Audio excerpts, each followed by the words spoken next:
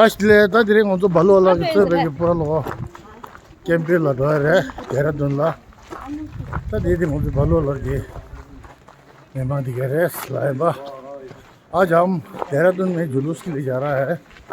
ये है उत्तराखंड विकास नगर क्षेत्र बलुवाला से।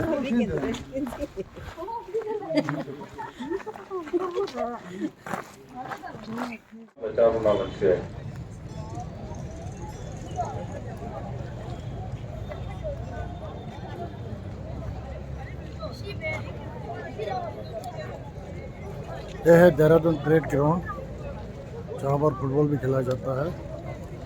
आज बुद्धिस्ट का सब आया हुआ है, हिमालय से लेके अपना इंडियन और लद्दाख की हिमालय और टिबेटन सब आया हुआ है।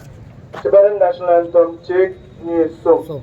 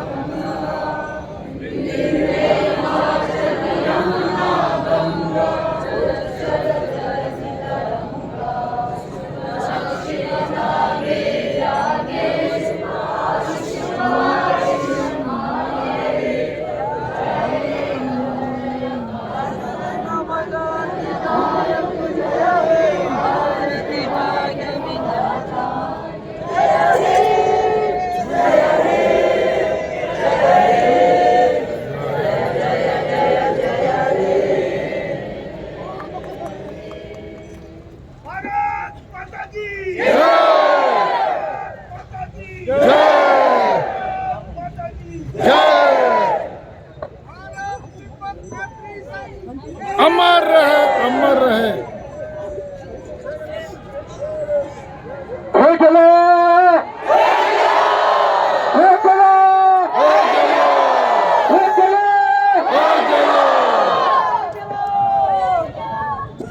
Thank you, everyone.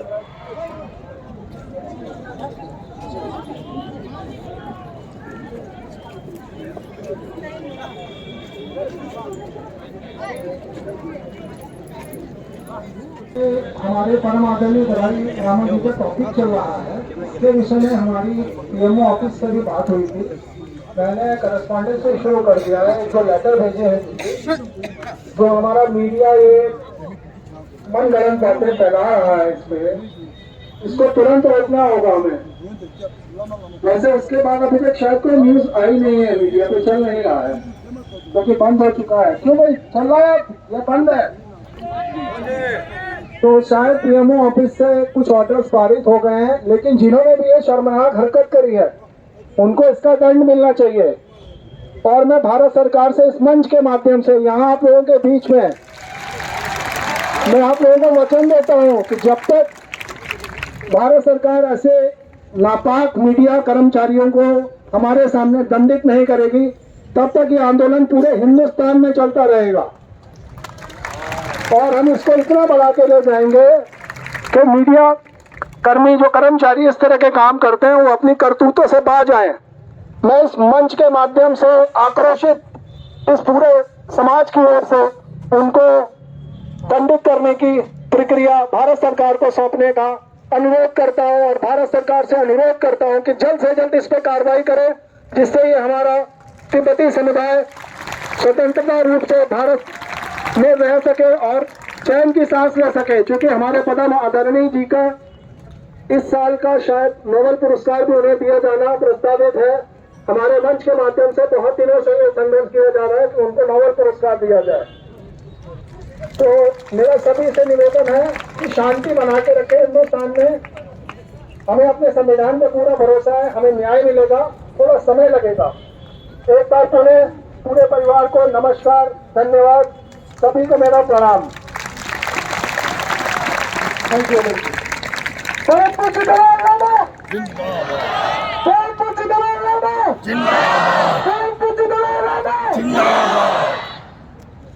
Now I would like to request Professor Prayas FGRG, National President of BTSS, to come on the mic.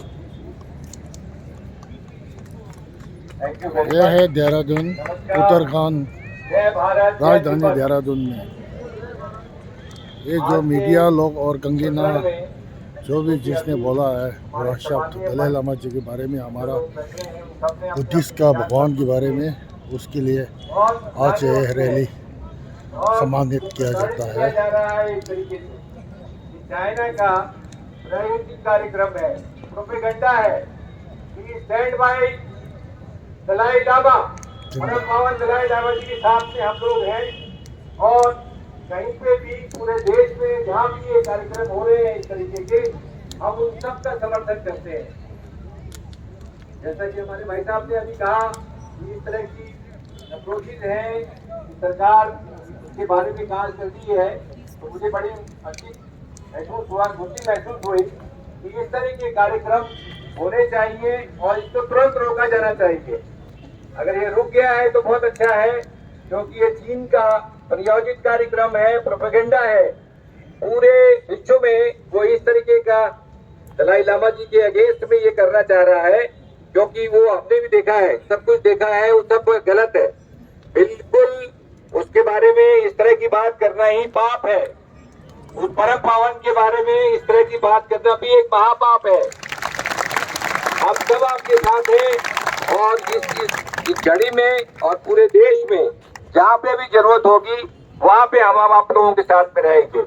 तो मेरी ये आप लोगों को ये है कि आप हिम्मत बनाए रखिए और पीसफुल मार्च आप करते रहिए।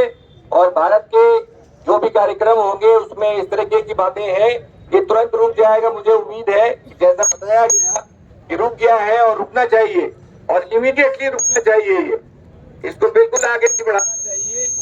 टीवी में, सोशल मीडिया में ये एक तरह का प्रायोजित कार्यक्रम प्रोपेगेंडा है चीन का, और जो चीन के दोस्त हैं वो सब यही कार्यक्रम कर रहे हैं।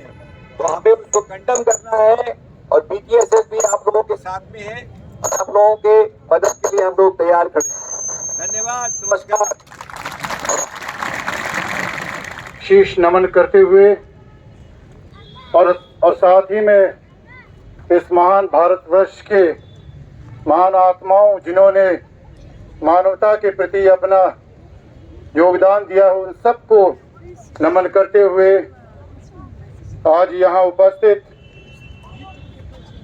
दून बुद्धिस्ट एसोसिएशन के अध्यक्ष खेम्बो रांगडोल जी और निर्वासित तिब्बती प्रशासन के भूतपूर्व मंत्री डॉक्टर लोसान येंडा जी, निर्वासित तिब्बती प्रशासन के संसद सदस्य खेम्बो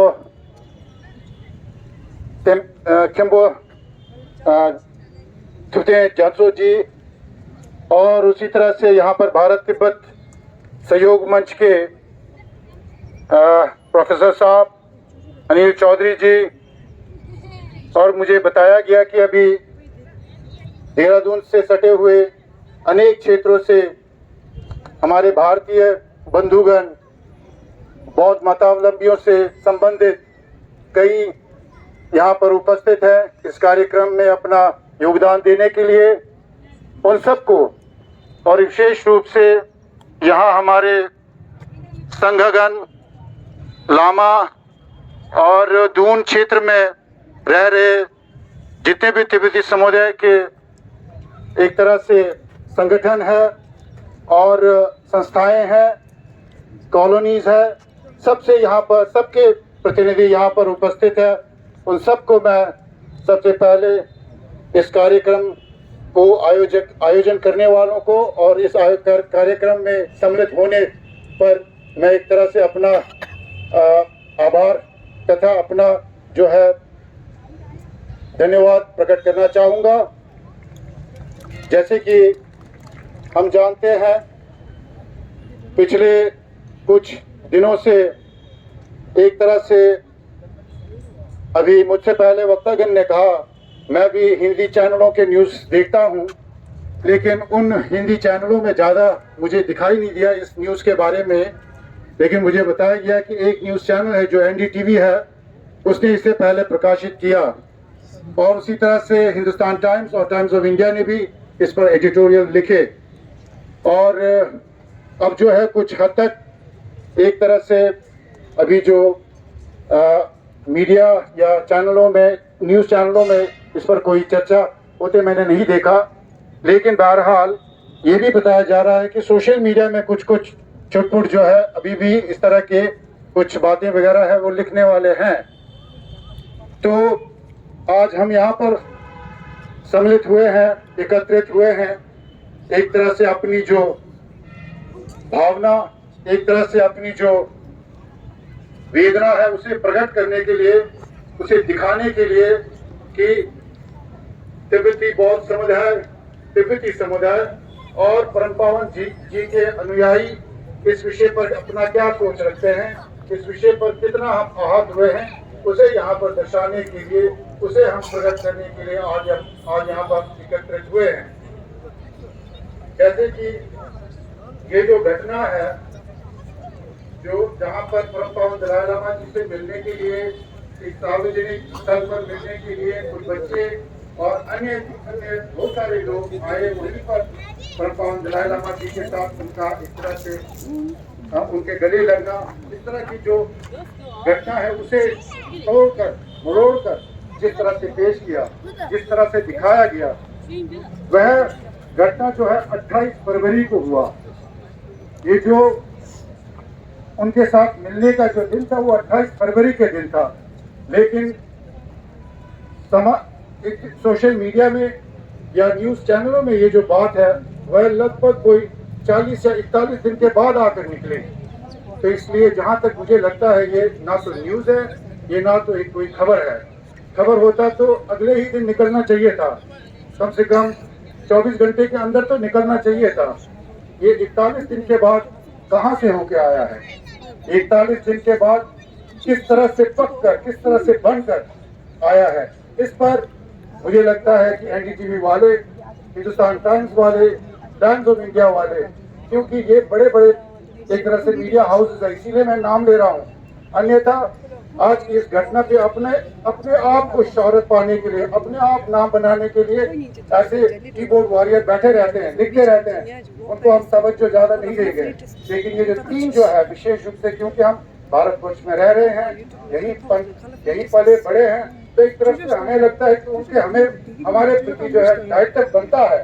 तो इसलिए बिना एक तरह से सच्चाई की, बिना कोई तरह से वीडियो क्लिपिंग की जो ऑथेंटिकेशन कहते हैं, उसकी जो सत्य स्थापित करना है, वह ना करते हुए सीधा मीडिया के चैनलों में, न्यूज़ के चैनलों में डाल देना कहाँ तक ठीक था? क्या ये आपकी एक तरह से दायित्व की पूर्ति करती है या आपने गलत किया है? जिसे सोचने की बात है। और इसी तरह से हम जानते हैं मीडिया हाउस वाले को एक तरह से रिस्पॉन्सिबल रहना चाहिए। उनके दायित्व है जब वे किसी भी सूचना, किसी भी न्यूज़ को देते हैं तो वह न्यूज़ किस संदर्भ में बना है, वह घटना किस संदर्भ में हुआ है, उस जगह, उस लोग, उस समाज की क्या अपनी प्रथा है, ये सब चीजें समझने की जरूरत है। आप कहीं जाओगे तो नाक से नाक रगड़ने का प्रथा है, कहीं और देश में जाओगे तो कान से कान रगड़ने का भी प्रथा है, कहीं और देश में जाओगे तो विशेष रूप से हमारे तिब्बत के कई क्षेत्रों में माथे से माथे रगड़ते हैं हम, और उसी तरह तिब्बत में जीव दिखाने का भी प्रथा है। तो इसलिए प्रथा, रीत और रिवाज को समझे बगैर किसी निष्कर्ष पर पहुंच जाना ये बहुत गलत और बहुत एक तरह से ठीक नहीं किया, ऐसा हमको लगता है। और उसी तरह से हम परम पावन दलाई लामा जी के अनुयायी हैं, परम पावन जी अक्सर कहते हैं कि वह इस महान भारतवर्ष के एक तरह से दूत है। यहाँ की जो वैल्यूज है, इस भारतवर्ष की जो एंशिएंट वैल्यूज है, उनको वो प्रचार और प्रसार करते हैं। उसी का ही एक उदाहरण है, उसी का ही एक तरह से दिखता हुआ हमारे सामने एक तरह से जीवित मिसाल है कि इस तरह की कार्यक्रम, इस तरह के एक तरह से पीस मार्च, शांति मार्च के दरमियान, चाहे वो लेह लद्दाख में हो, चाहे वो अरुणाचल में हो, चाहे भारत के किसी भी क्षेत्र में हो, जहां तक मैं जानता हूं कि एक गिलास तक भी नहीं टूटा है इस तरह के कार्यक्रम में। तो ये है हमारी जो शांति के प्रति, सच्चाई के प्रति विश्वास। तो इसलिए इन विश्वासों को तोड़ने के लिए चीन हमेशा अग्रसर रहा है। इन धारणाओं को तोड़ने के लिए चीन हमेशा प्रतिबद्ध रहा है। तो ये जो बातें जो है, मीडिया हाउसेस को समझना चाहिए था कि ये कहां से बन के आया है, 40 दिन के बाद कहां से बन के आया है। इसलिए यहाँ पर मैं, हमारे एक मित्र है जिनका नाम लोसा ईशी है, हमारे मित्र हैं, उनका उल्लेख करना चाहूंगा क्योंकि उन्हें एक तरह से विस्तार पूर्वक उन्होंने विश्लेषण किया। तो विश्लेषण करने के बाद ये निष्कर्ष निकला कि ये तिब्बत के अंदर से, चीन के अंदर से तिब्बत में फैलाकर, चीन में फैलाकर आया है। उसी तरह अभी मीडिया में बातें चल रहा है कि चीन के अंदर, क्योंकि ये जो पहले जो उन्होंने जो न्यूज़ बनाया है, ट्विटर पे न्यूज़ बनाया, चाहे वो फेसबुक पे अकाउंट खोला, चाहे उसी तरह से यूट्यूब पे अकाउंट खोला, वो सब खोलने वाला चीनी था। और उसी तरह से इस विषय को बढ़ा चढ़ा कर तोड़ मरोड़ कर दिखाया गया, तिब्बत के अंदर दिखाया गया और चीन के अंदर दिखाया गया। और जैसे कि हम मानते हैं अपने आप को, हम सब आशावादी हैं, हम निराशावादी नहीं हैं। We all are optimist, we are not pessimist. इसलिए जब चीनियों ने ऐसी गंदी हरकत की, ऐसी करतूत की, कि अब हमको लगता है कि उन्होंने ये पूरे चीन में दिखाने के बाद चीनी युवाओं में, तिब्बती युवाओं में एक तरह से जागरूकता आई है, एक तरह से क्यूरियोसिटी आई है कि परम पावन दलाई लामा जी कौन है, इसके पीछे इतना प्रशासन लगा क्यों है। चीनी जो मीडिया जो है, क्योंकि उसके मीडिया के जो एक तरह से संरक्षण जो है सरकार करती है, चीनी कम्युनिस्ट पार्टी करती है, तो चीनी कम्युनिस्ट पार्टी इस तरह से क्यों लगी हुई है। इस तरह से अगर हम कहें कि तिब्बती भाषा में केंगे ठोचा कभी कहते हैं ना हम लोग, उस तरह से अगर हम देखें, क्योंकि मैं अपने आप को एक आशावादी के रूप में देखता हूं, ये आने वाले समय में चीनी युवाओं के प्रति परम पावन दलाई लामा जी के बारे में जानकारी और प्राप्त करने की और जानने की इच्छुक पैदा करने का बीज बोया गया है ये। तो इसलिए आने वाले समय में मैं तिब्बत की विषय को और भी सदृढ़, और भी एक तरह से जीवित, और भी संरक्षित रूप से उभरेगा, ऐसा मेरा विश्वास है।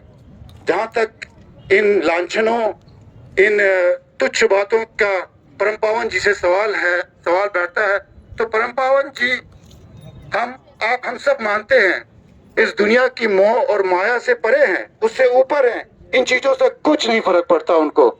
लेकिन फर्क हम जैसे जो मोह माया के चक्रव्यूह में अभी भी बैठे हुए हैं तो उनको पड़ता है।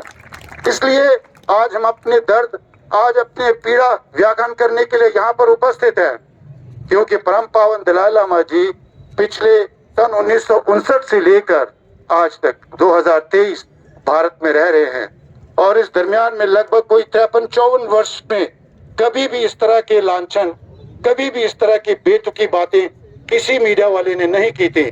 लेकिन आज ये क्यों आया है? आज इसलिए आया है कि इसके पीछे क्लियर कट एजेंडा है, चीन का एजेंडा है। चीन अपने यहाँ पर जो अल्ट्रा लेफ्टिस्ट बैठे हुए हैं, यहाँ पर जो अल्ट्रा लेफ्टिस्ट के माध्यम से जो अपने आप को बहुत ही एक तरह से उदारवाद कहकर बातें बनाते रहते हैं, उनके माध्यम से इस विषय को ले जाने का, इस तरह से परम पावन को लांछन लगाकर उनकी जो है मान में हानि पहुंचाने का प्रयास कर रहा है। लेकिन जैसे मैंने कहा, परम पावन जी को इन चीजों से कुछ फर्क नहीं पड़ेगा। उनकी क्योंकि वह जो है, हम अक्सर उनको दर्शन करते हैं, उनकी दर्शन करते हैं। जब भी हम दर्शन करते हैं वो एकदम स्वच्छ, साफ सुथरे रूप में, एक मानो कि एक छोटे से बालक के रूप में हम दर्शन करते हैं। कभी वो किसी के दाढ़ी पकड़ लेते हैं, कभी वो किसी के नाक पकड़ लेते हैं, कभी वो किसी के कान पकड़ लेते हैं, कभी वो किसी के मूंछ पकड़ लेते हैं। अगर आपके सर में बाल ना हो तो वो आपके सर को एक तरह से हाथों से फेरते हैं। तो ये उनकी जो प्यार भरे और स्नेह भरी जो उनकी एक चंचलता है, उसे एक तरह से गलत रूप और गलत धारणा देने का जो एक तरह से गंदा क्रिया किया है, उसके प्रति हम आज रोष प्रकट कर रहे हैं, उसके प्रति हम अपना वेदना दिखा रहे हैं। इसलिए आज इस अवसर को पकड़ते हुए इस अवसर पर मैं आभार व्यक्त करना चाहूंगा लेह लद्दाख से लेकर अरुणाचल प्रदेश तक, जहां पर तिब्बती इस परम पावन दलाई लामा जी के विषय को लेकर कार्यक्रम किया गया और उन्होंने अपना स्टैंड लिया, I stand with Dalai Lama का वो स्टैंड लिया। तो इन चीजों के लिए हम तहे दिल से शुक्रगुजार हैं और हम ये मानते हैं कि मीडिया हाउसेस वाले शायद इन चीजों को नजरअंदाज कर दें, लेकिन मैं पहले भी कहता हूं और आज भी मैं कह रहा हूं, क्योंकि कोई भी चीज अगर आप किसी पे अत्याचार करते हैं, आप किसी पे गलत करते हैं, तो वो जो गलत किया गया जो समुदाय है, जिन पर गलत हुआ है, उसके दिल में हमेशा एक दर्द रह जाती है। तो इसीलिए मेरा एक तरह से सोच और अनुरोध है कि ये जो मीडिया हाउसेज है वो आकर अपनी स्पष्टीकरण दें, वो कहें कि हाँ उनसे थोड़ी सी ऊंच नीच हो गई है, इसलिए आप लोग इसे एक तरह से खेद के रूप में स्वीकार करें, ऐसा कह दे तो बात खत्म हो जाती है। और इसलिए अगर वो कहते हैं तो मैं समझता हूँ कि हमारी वेदनाएं, हमारे पीड़ाओं पर कुछ मरहम होगा। लेकिन जैसे मैंने कहा, पिछले 53 सालों में आज तक इस तरह की बातें नहीं हुई है, तो ये अपने आप में एक तरह से दर्दनायक, दर्द देने वाले, दिलों को आघात करने वाले जो काम मीडिया वाले, जो सो कॉल्ड मीडिया वाले जो उसके अंदर जो कार्यरत जो कार्यकर्ता क्या कहते हैं ऑफिसर्स है, उनकी ओर से हुई है, तो मैं चाहूंगा कि वो आकर अपनी एक तरह से क्षमा याचना करे। तो इससे जो है बात, तो इससे कम से कम जिस तरह से तिब्बती समुदाय और जिस तरह से परम पावन दलाई लामा जी के अनुयायियों को आघात पहुंचा है, उसका थोड़ा सा मलहम हो। इन्हीं बातों के साथ मैं पुनरायोजकों का धन्यवाद देना चाहूंगा और यहाँ पर उपस्थित सभी जो अपने समय निकालकर यहाँ पर भागीदारी के लिए आए हैं, इसमें प्रतिभाग लेने के लिए आए हैं, उन सबको मैं एक तरह से साधुवाद, उनको मैं प्रशंसा करता हूँ।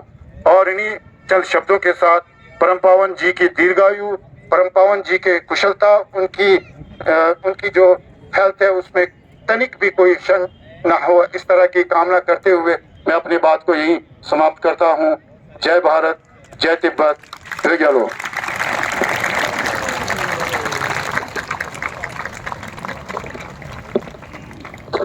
Thank you, sir.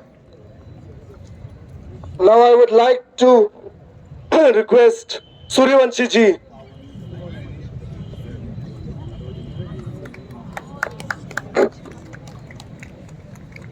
करुणा के सागर, विश्व के शांति दूत भगवान गौतम बुद्ध जी को नमन करते हुए, भारतीय संविधान के निर्माता बोधिसत्व बाबा साहब डॉक्टर भीमराव अंबेडकर जी को नमन करते हुए और आज इस शांति यात्रा में इकट्ठे हुए बौद्ध भिक्षुओं, दलाई लामा जी, अंबेडकर युवक संघ, ऐसी सभी ताकतों के खिलाफ जो हमारे खिलाफ बोलेगी, उन ताकतों के खिलाफ हमेशा खड़ा है, और जो हमारे पक्ष में बोलेगी, संविधान के पक्ष में बोलेगी, हम उनका दिल से बिल्कुल उनके साथ हैं, तन मन धन से उनके साथ हैं। ऐसी सभी संगठनों जो बाबा साहब के संविधान को मानते हैं, भारतीय संविधान को मानते हैं, और ऐसी ताकत जो बौद्ध धर्म को मानते हैं अंबेडकर युवक संघ सदैव उनके साथ खड़ा है, कंधे से कंधे मिलाकर। साथियों, दलाई लामा, दलाई लामा, दलाई लामा, बाबा साहब, बाबा साहब, बाबा साहब, जय जय जय जय जय भीम, जय जय जय जय जय भीम। भारतीय संविधान अमर रहे, भारतीय संविधान अमर रहे। मुझे बहुत कम समय मिला है साथियों, मैं दूसरे वक्ताओं को सुनना चाहूंगा। इसी के साथ मैं अपनी वाणी को विराम देता हूं। जय भारत, जय तिब्बत, जय दलाई लामा, नमो बुद्धाय, जय भीम।